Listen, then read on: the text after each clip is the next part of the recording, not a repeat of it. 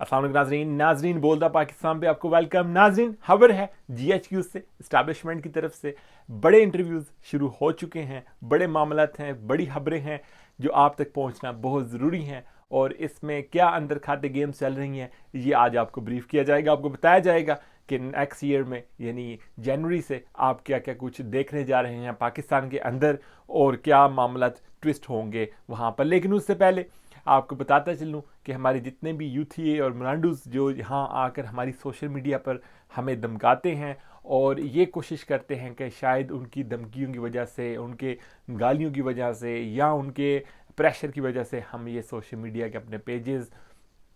या बोलता पाकिस्तान को शायद बंद कर देंगे, ये उनकी हाम ख्याली है। क्योंकि हम तो इंफॉर्मेशन का एक तूफ़ान लेकर आए हैं और जो जो कुछ हमारे पास मौजूद है वो हमने आप तक पहुंचाना है, क्योंकि ये हमारी जिम्मेदारी है कि आप तक ये सारी चीज़ें पहुंचाएं, ये सारी इन्फॉर्मेशन पहुंचाएं। क्योंकि आप लोग, कोई सऊदीया में बैठा हुआ है, कोई ओमान में बैठा हुआ है, कोई ऑस्ट्रेलिया में बैठा हुआ है, कोई पाकिस्तान के दूर दराज इलाके डेरा गाजी खान से, कोई लाहौर से, कोई कराची से, कोई रावलपिंडी से हमें देख रहा है। और मैं समझ सकता हूँ आप सब लोगों के मसाइल, क्योंकि आपको मेन स्ट्रीम मीडिया के ऊपर ना सिर्फ ये चीज़ नहीं मिलती बल्कि सोशल मीडिया के ऊपर भी जिन लोगों की इजारादारी है, जैसे इमरान नियाज खान टाइप के लोग, मोहित पीरजादा जैसे लोग और साबर शाकर टाइप के लोग, इन्हीं लोगों की एक इजारादारी है। इसको तोड़ने के लिए हम लोग यहाँ पर आए हैं और आप लोगों तक जो सारी इन्फॉर्मेशन वो आप तक हम पहुँचा रहे हैं कि जो अंदर खाते चीज़ें चल रही हैं। इमरान नियाजी की बीमारी के हवाले से भी कल मैंने न्यूज़ ब्रेक कर दी थी। अब आहिस्ता आहिस्ता उस न्यूज़ को पहिए लगने शुरू हो गए हैं मुख्तलिफ सोशल मीडिया ग्रुप्स के अंदर, मुख्तलिफ जगहों पर अब इस न्यूज़ के चर्चे शुरू हो चुके हैं। वहाँ से भी अब लोग हिम्मत कर रहे हैं और इस न्यूज़ के ऊपर अब रिसर्च जारी है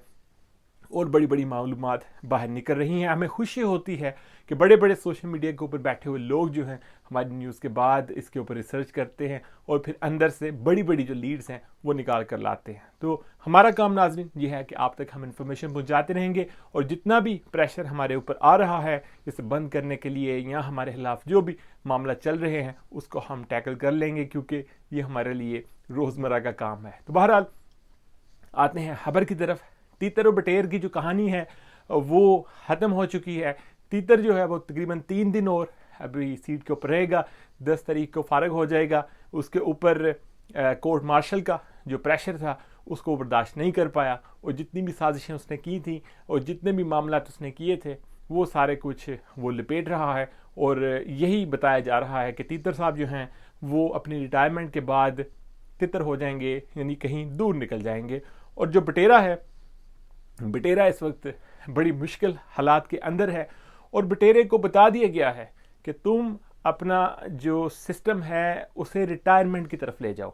क्योंकि अगर तुम रिटायरमेंट ले लेते हो तो शायद तुम्हारी बचत हो जाए, नहीं तो जितने भी केसेस हैं, नाहलियाँ हैं, तोशाखाने हैं, उसके बाद फार्म फंडिंग है, फिर मालम जब्बा है, फिर पता नहीं क्या क्या कुछ है, इन सारी चीज़ों को मैं आपको फिर से बता दूं कि उन्होंने कहा है से कि ये सारी चीज़ें हम साइड पर रखकर इसको ताला लगा देंगे और सिर्फ एक केस निकालेंगे बाहर, सिर्फ और सिर्फ एक। जिस तरीके से हमने भुट्टो को एक केस के अंदर फारग करवा दिया था, उसी तरीके से जिस तरह अरशद शरीफ वाला जो केस है इसके अंदर हम तुम्हें फारग करवा देंगे। बयानात सामने हैं अपने मुंह से, यानी जो इसकी मुंह की बवासीर है खुद ही बोलता है, खुद ही बयानात दे देता है। इन सारी चीज़ों की वजह से, इन सारे बयानात की रोशनी में पूरी दुनिया में, पूरी दुनिया के सामने भुट्टो को तो फिर रात के अंधेरे में दुनिया से फारग किया गया, पूरे दिन की रोशनी में और पूरी दुनिया के सामने तुम्हें इसके अंदर फारग करवाएंगे। ऐसी प्रॉक्सी चलेगी, ऐसे इल्ज़ामात लगेंगे और ऐसे शवाहिद सामने आएंगे। और क्योंकि खुद इसके ऊपर बयानात वो दे चुका है और पार्टी के अंदर से जो लोग हैं जिनके अभी इंटरव्यूज़ जारी हैं वो भी आपको बताता हूँ, वही आकर सब कुछ बोल देंगे, क्योंकि इसमें ये सारा मामला ये कर चुके हैं। पावर गेम के अंदर थे उस वक्त, इन्हें पावर का नशा था, इन्हें समझ नहीं आई, ये यही समझते थे कि शायद सारी ज़िंदगी के लिए हमने पूरे कंट्री को चलाना है, हर चीज़ हमारे हाथ में है। तो वो चीज़ें इनके हाथ से निकल चुकी हैं, क्योंकि पावर जो है वो रेत की तरह है, वो जब मुट्ठी से निकलती है तो सारी की सारी निकल जाती है, वो किसी की जागीर नहीं है। तो नाज़रीन,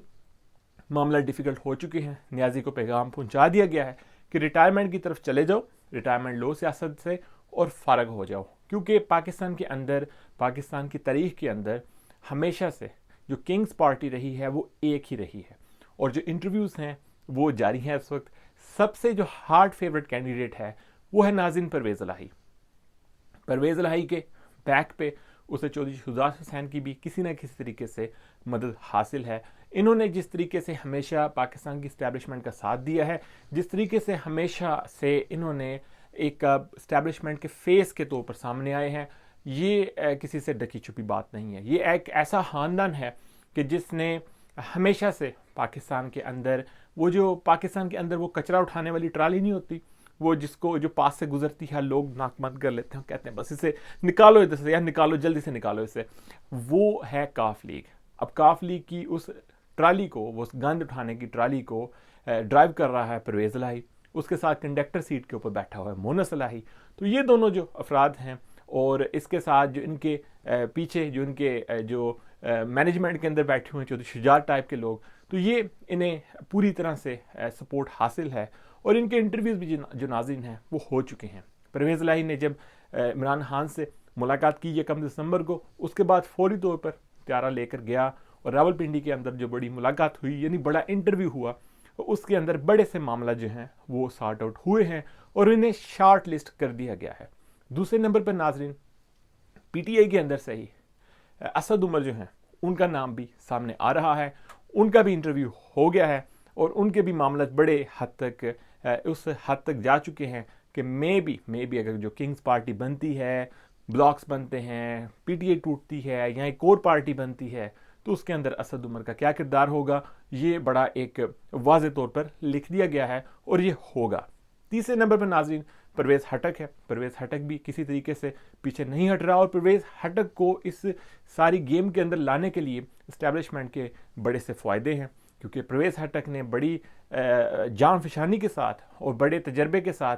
जो KPK के अंदर जो वोट बैंक है उसे कंट्रोल करके रखा हुआ है। अगर वो शफकत का हाथ रखते हैं परवेज़ हटक के ऊपर या उसे किसी के साथ मिक्स एंड मैच करते हैं, तो इसमें इस्टेब्लिशमेंट का भी फ़ायदा है और पाकिस्तान का भी फ़ायदा है, क्योंकि KPK के अंदर इमरान नियाज़ी ने और जनरल फैज़ ने जो आग लगा रखी है उसका हल भी यही है कि अंदर से ही कोई लोग जो हैं वो उठाए जाएं और उस आग को ठंडा किया जाए। बाकी इसके अलावा अलीम खान, जहांगीर तरीन और 2-4 और नाम हैं जो ऑलरेडी इंटरव्यू दे चुके हैं, और इन सब को मिलाकर पाकिस्तान के अंदर जनवरी से यानी आप देखेंगे कि कुछ मामलात ऐसे होंगे कि ये सारे लोग सामने आएंगे, शायद कुछ एक आज़ाद किस्म का एक पैनल जो है वो बनाया जाए, या फिर एक पार्टी शायद बना दी जाए, कुछ इस तरह का होगा कि जिसके अंदर ये सारे लोग जो हैं वो आएंगे। PTI जो है, यानी इमरान खान के अंडर जो PTI है उसका वजूद ख़त्म हो जाएगा। इमरान नियाज़ी को ऑलरेडी इस बारे में बता दिया गया है। अगेन मैं आपको बता दूं कि या तो रिटायरमेंट ले लो और या फिर तैयार हो जाओ कि भुट्टो टाइप का एक तरीक़ाकार तुम्हारे साथ होगा और फिर वो तुम बर्दाश्त नहीं कर सकोगे। इमरान नियाज़ी का उसकी जो बैकग्राउंड है या उसके हालात वाक़यात हैं, वो शख्स जो है जेल में एक दिन भी नहीं काट सकता। तो जब उसे ये सारी चीज़ें बताई गई हैं तो उसके बाद बड़े बड़े बीमारियों के बहाने भी निकल रहे हैं, बड़ी बड़ी पर्सनल किस्म की चीज़ें भी निकल रही हैं, उसमें बड़े बड़े लोगों के फ़ोन करवाए जा रहे हैं, लेकिन नाज़रीन खैर किसी जगह से नहीं पड़ रही, क्योंकि जो पावर है वो स्प्लिट हो चुकी है, वो हाथों से निकल चुकी है। तो बुरी खबर है कि PTI के जितने भी सुनने वाले हैं, जितने भी देखने वाले हैं, कि जो अगर इमरान नियाज़ी को दोबारा से पावर के अंदर देखना चाहते हैं तो उनका ये ख्वाब कभी भी पूरा नहीं होगा। वो सिर्फ और सिर्फ अब यही देखेंगे कि इमरान खान या तो पाकिस्तान से बाहर निकलेगा या फिर काल कोठरी के अंदर, फिर अंदर से फिर शायद ऊपर की तरफ निकल जाएगा। तो नाज़रीन, अपडेट आपको बता दिए हैं, अब आपका काम है कि कितना आप इसे आगे शेयर करते हैं, फैलाते हैं, लोगों को बताते हैं कि पाकिस्तान के अंदर क्या मामलात हैं, क्या स्टोरी चल रही है, और जो नई पार्टी या जो नए सेटअप के साथ नए लोग कुछ पुराने लोगों के साथ आ रहे हैं, उनको आपने कैसे वेलकम करना है। It's all up to you. देखते रहिए बोलता पाकिस्तान।